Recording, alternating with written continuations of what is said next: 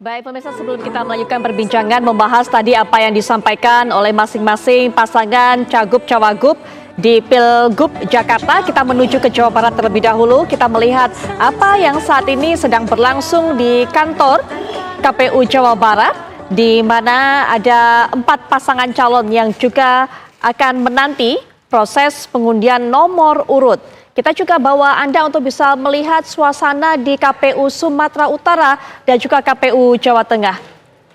Dan KPU Jawa Tengah sepertinya juga sedang membacakan pleno sebelum dimulainya pengundian nomor urut di Pilkada 2024. Tari-tarian ini yang menggambarkan beragam budaya saat ini sedang dipertontonkan kepada audiens yang datang ke KPU Jawa Barat untuk mendukung pasangan mereka.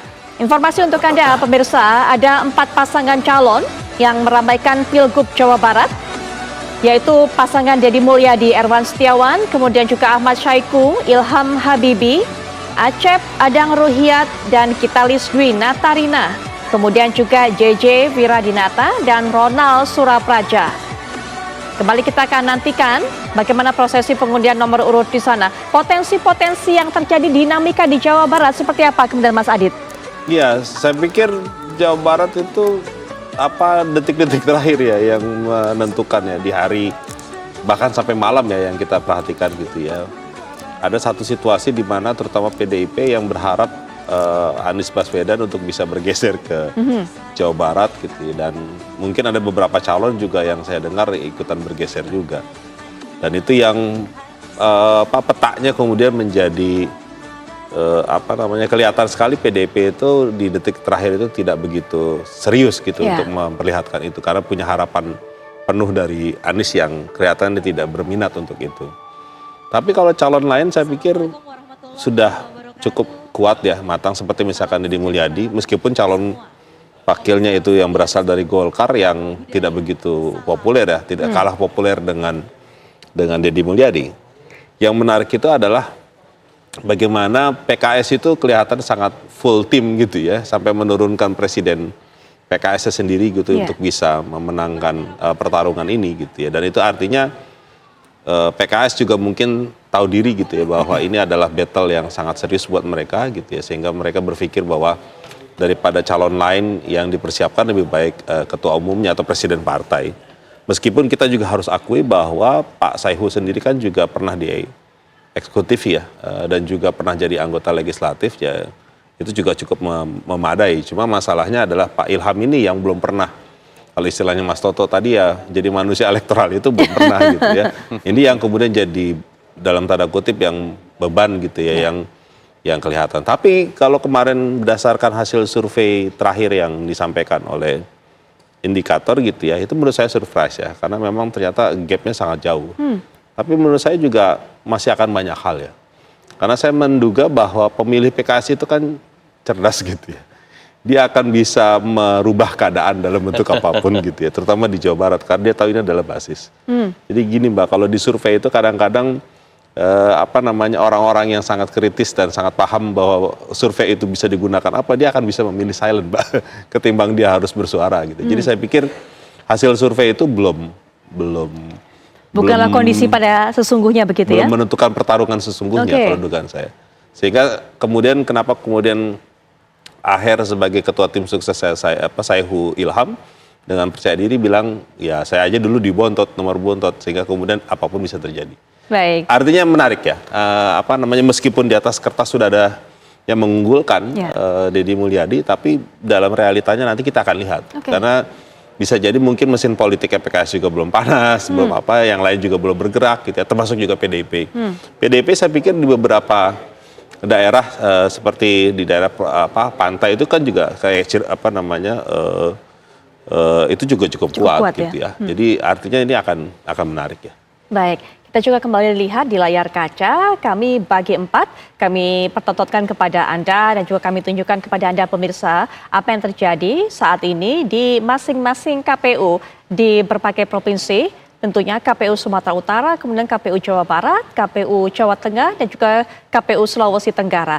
Tadi kita lihat KPU Jawa Barat sepertinya baru membuka acara dengan tari-tarian, sementara untuk KPU Jawa Tengah sudah diperkenalkan para pasangan calon yang akan berlaga di Pilgub Jawa Tengah 2024. Ada 2 pasangan yang tadi kita sudah lihat bagaimana kedatangannya.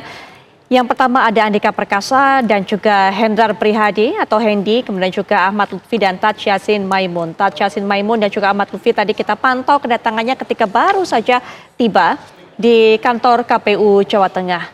Kita kembali melihat bagaimana proses yang dilakukan di sana. Nah, kita akan dengarkan terlebih dahulu dimulainya sidang pleno. Dan nanti sistemnya, mekanismenya juga sama.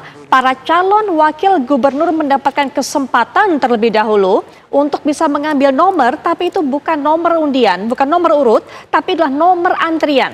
Nomor antrian yang menentukan siapa calon gubernur yang maju lebih dulu untuk mengambil nomor urut. Dimulai dari urutan terkecil tentunya. Kita akan lihat kembali apa yang terjadi di Sumatera Utara, kemudian juga Jawa Tengah, Sulawesi Tenggara, dan juga Jawa Barat. Di Sulawesi Tenggara sepertinya sudah didapatkan nomor-nomor ini oleh para calon gubernur dan juga calon wakil gubernur. Kita dengarkan bersama. Pengertian kita bersama bahwa ini belum tahapan kampanye. Sekali lagi, ini belum tahapan kampanye. Yang jelas Bapak Ibu sekalian, simpatisan dan pimpinan partai politik sudah mengetahui masing-masing nomor urut dari pasangan calon gubernur dan wakil gubernur yang Bapak Ibu usung.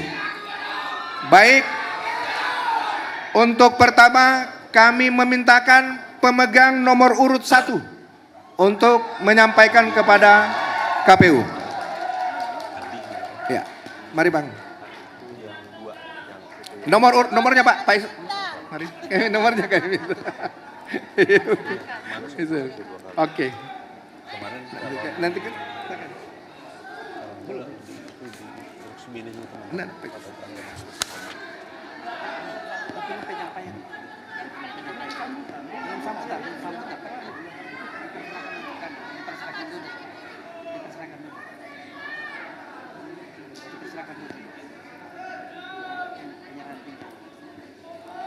Selanjutnya kami mengundang pemegang nomor urut 2.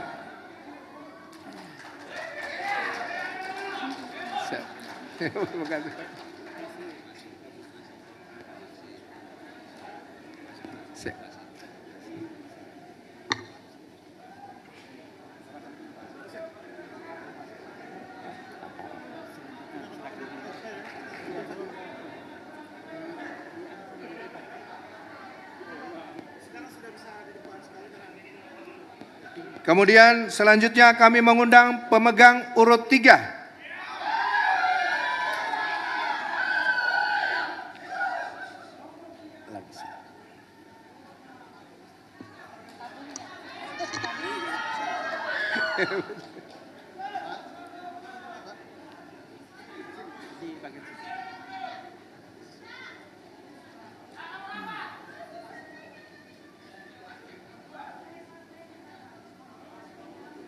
Selanjutnya kami mengundang pemegang nomor urut 4.